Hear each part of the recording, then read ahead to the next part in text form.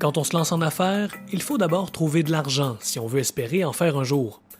Chercher du financement, c'est donc essentiel, mais l'obtenir, c'est une autre paire de manches. Si tu n'as pas d'expérience, je pense que c'est très facile de te faire avoir.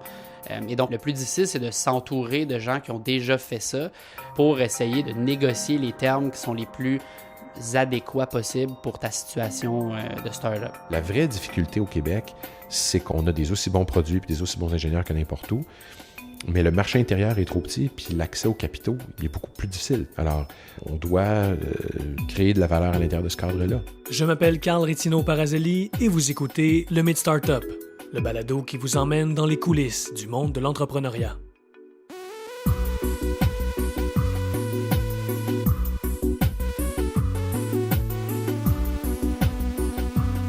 Depuis qu'il a fondé Clinia.ca, Simon Bédard est toujours parvenu à se relever après avoir vécu des moments difficiles. Mais aujourd'hui, le futur ne dépend plus seulement de lui. Il faut qu'il trouve des investisseurs prêts à sortir leur chéquier pour permettre à sa compagnie de rester à flot et de grossir.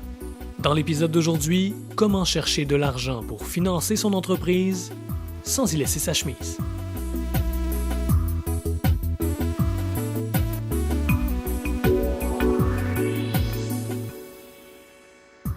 Quand Simon a lancé son entreprise, son entourage s'est fait un plaisir de l'aider. Sa famille et ses amis lui ont d'abord donné environ 30 000 $. Il a ensuite mis la main sur 20 000 $ en remportant des concours, puis un autre 100 000 $ en prêt grâce à des organisations comme la Banque de développement du Canada. Mais après 1 an et demi, il a dû passer à l'étape suivante, cogner à la porte d'inconnus pour demander de l'argent qu'ils ne reverront peut-être jamais. Il faut de l'argent que tu vas aller chercher soit via des institutions, soit via des VC, soit via des anges investisseurs. Puis là, ça devient quand même beaucoup plus compliqué ou ça devient beaucoup plus sérieux dans le processus. Et notamment, ça devient relativement stressant parce que tu impliques des montants d'argent qui sont quand même importants. Dans mon cas, personnellement, j'ai jamais emprunté nécessairement d'argent à la banque. Où j'ai toujours travaillé pour aller me payer des trucs que je voulais m'acheter.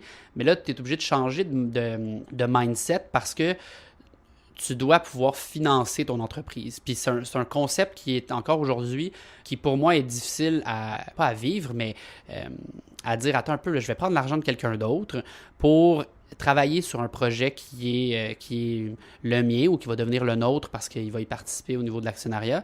Mais ça se peut que ça ne fonctionne pas. Pour sa première ronde de financement, Simon s'est donné l'objectif de récolter 500 000 $. En temps normal, ça se déroule toujours de la même façon. On s'assoit dans le bureau et l'investisseur accepte un montant en échange d'un pourcentage de la compagnie. Mais le jeu de négociation ne s'arrête pas là. Il y a le concept de dire, parfait, on s'entend, j'accepte le fait que tu me donnes 200 000 $ en échange de X, Y, Z. Ça, c'est l'étape numéro 1. Mais l'étape numéro 2, qui est la plus complexe et la plus dans laquelle il est le plus facile de se perdre, de se faire avoir, c'est tous les termes. Et les termes, on parle de taux de conversion, on parle de taux d'intérêt, on parle de moratoire, on parle d'échéance, on parle de plein de termes. Si tu n'as pas d'expérience, je pense que c'est très facile de te faire avoir. Pour arriver à naviguer dans un univers qu'il ne connaissait pas encore, Simon a demandé conseil à des gens qui sont déjà passés par là. Habituellement, on dit que le temps, c'est de l'argent. Mais il a vite compris que lorsqu'il est question de financement, c'est l'inverse. Obtenir de l'argent, ça prend beaucoup de temps. Tu peux pas, lors d'une première rencontre, aller les voir pour leur dire « Hey, j'ai besoin de 200 000 $, voici quoi mon projet, go ». La plupart du temps, lorsque tu parles avec des anges investisseurs, c'est des gens qui ont une certaine richesse, qui ont développé, qui ont leur propre capital, puis eux, ils veulent pas juste investir dans un projet nécessairement pour faire de l'argent là, à très court terme. Ce qu'ils veulent aussi souvent, c'est investir dans un entrepreneur, ils veulent investir dans un projet qu'ils vont pouvoir suivre, un projet pour lequel ils croient. Donc, il faut qu'ils puissent te voir évoluer dans le temps. Fait que les premières rencontres, il faut que ce soit pour parler de toi. La deuxième rencontre, 2-3 mois plus tard, c'est pour voir l'évolution. Après ça, c'est de commencer à dire hey, « il me semble que j'aurais besoin de financement ». Il y a toute une politique ou une éthique derrière comment faire ça qui est assez complexe. Quand on connaît les règles du jeu, il faut trouver le moyen d'être convaincant, même quand on sait que la personne qui se trouve devant nous en a vu d'autres. quand tu es en train de lever du financement, tu es rendu à jouer dans la cour des grands, que ton projet soit petit ou qu'il soit très grand. De l'argent, c'est de l'argent pour tout le monde. Les gens qui ont une richesse sont capables de pouvoir investir dans des entreprises. Ils ont bâti une richesse, puis ils peuvent investir leur argent dans une auto ou ils peuvent l'investir dans toi. Une expérience que j'ai eue, c'est des gens qui ont fait beaucoup d'investissements, sont habitués d'en voir des pitchs, sont habitués de se faire parler. Ils connaissent déjà les termes qu'ils veulent t'imposer jusqu'à un certain point où lequel ils seraient prêts à dire go. Ce que j'ai eu la chance de réaliser, c'est que des investisseurs qui sont plus avancés dans leur processus ou qui ont fait ça plus souvent, eh bien, ils jouent cette game politique-là en te disant moi je l'ai faite avec telle autre startup qui a fait tel truc, ou je sais que tel autre investisseur fera jamais ça, ou je sais que tu es chanceux de m'avoir, ou il y a ce jeu psychologique derrière un investisseur qui voit probablement que ton projet il est pertinent, mais qui au final veut investir, mais seulement pour un X, Y rendement. C'est pas nécessairement le fun de lever du financement parce qu'il y a toute cette game politique, cette game psychologique là, avec d'autres investisseurs, avec des gens qui veulent te prêter de l'argent. Aujourd'hui, 14 mois après avoir entamé les démarches pour obtenir 500 000 $, Simon n'a toujours pas bouclé sa ronde de financement. La preuve que dans le monde des startups où tout va très vite, il faut aussi être très patient.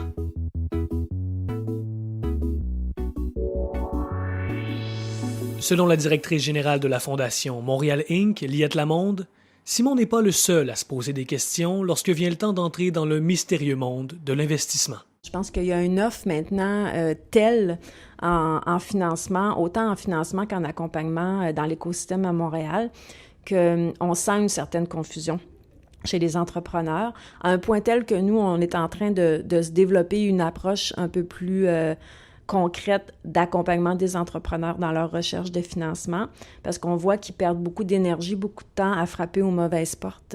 Puis, ils vivent des déceptions qu'ils n'ont pas besoin de vivre, parce que très souvent, dans le fond, si tu sais que ce financier-là, je vais l'appeler comme ça, ou cet investisseur-là, ils sont tous nichés maintenant, hein? Ils ont tous un secteur d'activité ou presque qui est celui avec lequel il est à l'aise puis qu'ils recherchent. Ils ont leurs critères, ça c'est super important aussi. Puis si tu fites absolument pas là-dedans, bien c'est sûr que tu vas te faire dire non. Donc pourquoi aller frapper à une porte qui va jamais s'ouvrir? Dans le milieu de l'entrepreneuriat, on dit souvent que les bons projets vont toujours trouver du financement. Mais pas nécessairement au Québec, se désole le fondateur de Netlift, Marc-Antoine Ducas. On a des aussi bons produits et des aussi bons ingénieurs que n'importe où, mais le marché intérieur est trop petit, puis l'accès aux capitaux est beaucoup plus difficile. Alors, on doit créer de la valeur à l'intérieur de ce cadre-là. Les startups talentueuses vont s'en sortir. L'économie du Québec va s'en ressentir parce que la propriété des startups ne sera plus québécoise autant. Elle va devenir une propriété française, américaine, britannique, chinoise. Fait qu'il y a des millionnaires qui vont se créer au Québec, mais ce ne sera pas par les fonds québécois. C'est pas de l'argent québécois qui va en profiter.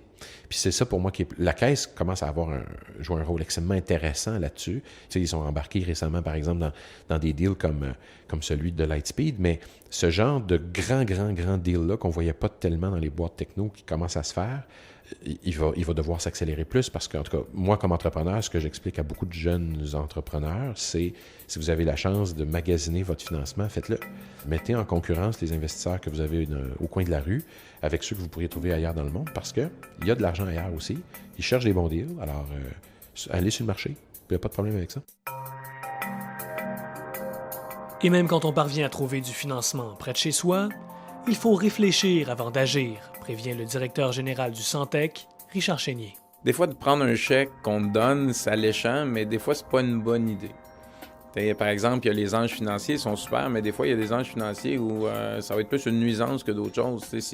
Si ton investisseur n'est pas en mesure d'aider ton entreprise à aller à la prochaine étape, etc., un chèque pour un chèque, des fois, c'est pas une bonne idée. Et je dirais même c'est même un piège qui peut guetter certaines entreprises de faire ça. Pourquoi? Parce que tu as des attentes de la part d'un investisseur qui connaît aucunement ton marché, qui peut pas t'aider d'aller à l'autre step.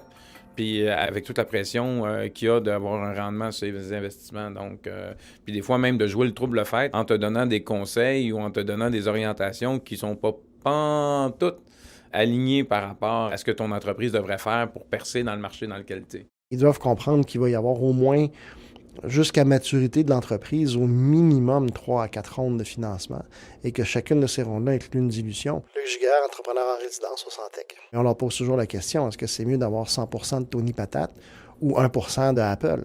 Même moi, je prendrais même 0,001% d'Apple, qui vaut maintenant au-dessus d'un $1 trillion canadien.